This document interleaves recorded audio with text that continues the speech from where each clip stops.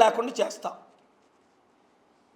అప్పుడు కేసీఆర్ అవినీతి చేసినప్పుడు, నన్ను సిరిసిల్లలో కొట్టించినప్పుడు నేను క్యాంపెయిన్ చేసి కేసీఆర్ మీద కేసులు వేసి ఆయన సెక్రటరియట్ను ఓపెన్ చేయకుండా 5 సార్లు ఆర్గ్యుమెంట్స్ వినిపించలేదా?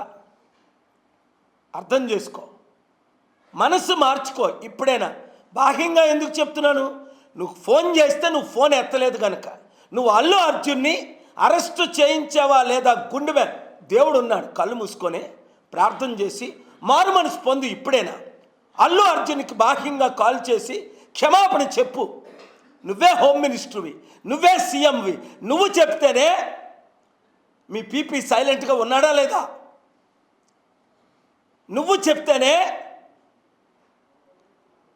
ఆయన్ని జైల్లో పెట్టారా లేదా? దీని కొరకు కేసేసి సిబిఐ ఎంక్వైరీ చేయించమంటావా? నీ ఫోన్ రికార్డ్స్ లాగమంటావా?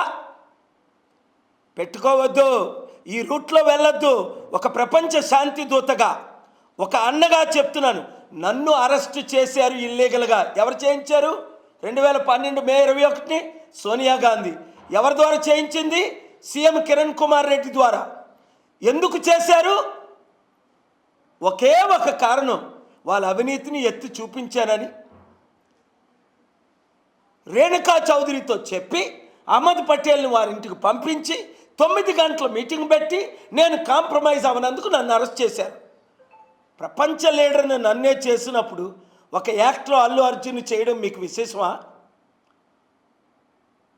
మరి మోహన్ బాబు టీవీ రిపోర్టర్ మీద దాడి చేసి చితగొట్టి ప్లాస్టిక్ సర్జరీ అయినంతగా క్షమాపణ చెప్పని మోహన్ బాబుని నువ్వు అరెస్ట్ చేయించగలిగావా?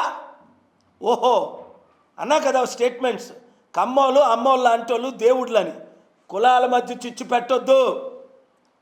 నేను ఒక బీసీగా మాట్లాడుతున్నాను, దేవుడు జనిగా. నీతి నిజాయితీ ఉన్న ప్రతి మీడియా, అందుకే ఒక సోషల్ మీడియా ఒక ఆర్టికల్ వేస్తే నేను చెప్పింది పెడితే 11 లక్షల మంది వాచ్ చేశారు.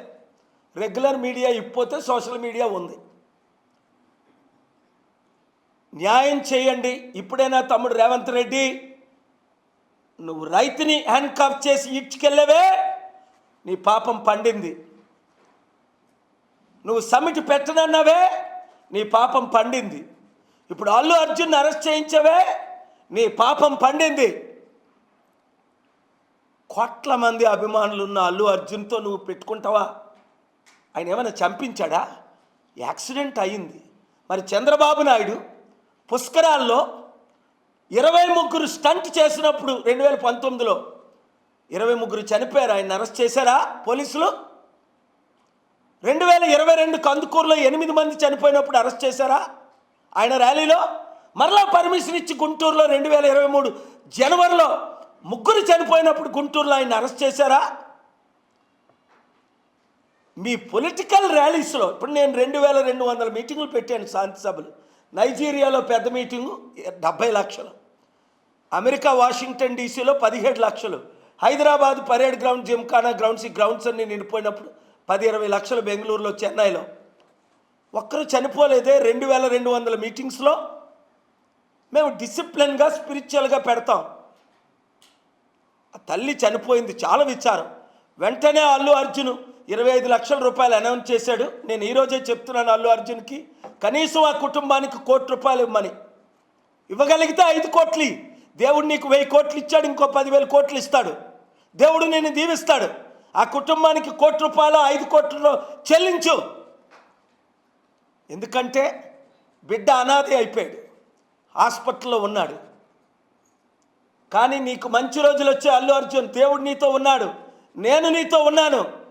24 గంటల్లో ఆయన్ని రిలీజ్ చేయకపోతే హైకోర్టుకి వెళ్ళి నేనే ఆర్గ్యూ చేసి పబ్లిక్ ఇంట్రెస్ట్ లిటిగేషన్, ఆయన పబ్లిక్ ప్రాపర్టీ కనుక, ఎందుకంటే సాటర్డే సండే వేయడానికి లేదని ఛాలెంజ్ చేశా మీడియాలో. వెంటనే నీకు బెయిల్ ఇచ్చారు. ప్రజలు నీతో ఉన్నారు, నీ ఫ్యాన్స్ నీతో ఉన్నారు. నువ్వు న్యాయం చేయి. God bless you.